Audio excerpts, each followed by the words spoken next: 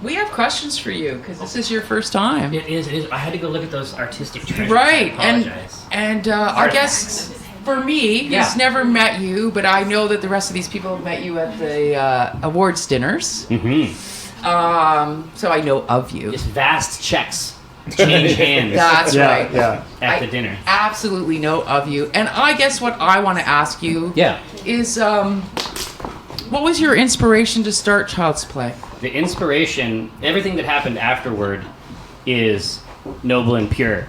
But the very initial inspiration was the sort of thing that a young man would do on the internet, which is to say, I had seen an article that was describing people who play games as a kind of mutant and prone to all sorts of behaviors that this particular person didn't think were acceptable.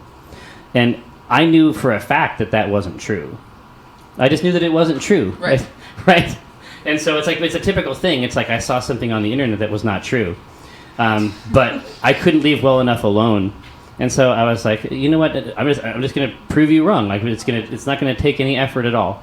The people that I know who play games are absolutely ready to change the world at a moment's notice. We put up an Amazon wish list, which is still it's still a big part of Child's Play today, for our local Seattle Children's Hospital. And this was before I had any children to take to a hospital. And so there were a lot of aspects to what we had accomplished that were abstract.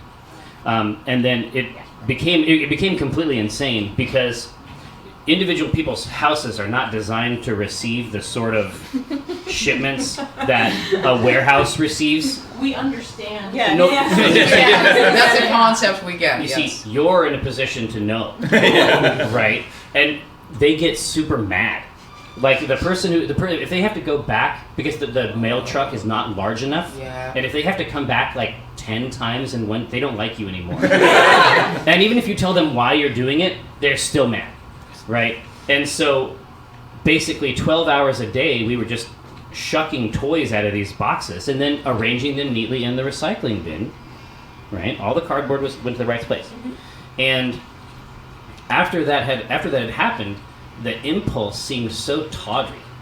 Like, what had caused us to enunciate that, it just seemed so, it seemed so wrong. Like, what had happened was the important part. And so then from that year on, the motivation was just to keep that going, to give people an opportunity, which is really, I mean, all they've required, and you know as well as I do, just an opportunity to make it better. And it's been maintained now for years and years and years. And then it expanded. Now it's a global it's a global thing. But you know, when I very recently, just in the last couple of years, had an opportunity, and I used the term opportunity. There's like really, really big quotes around the word opportunity, and then the decrepit blink tag applied. It's also going off like this.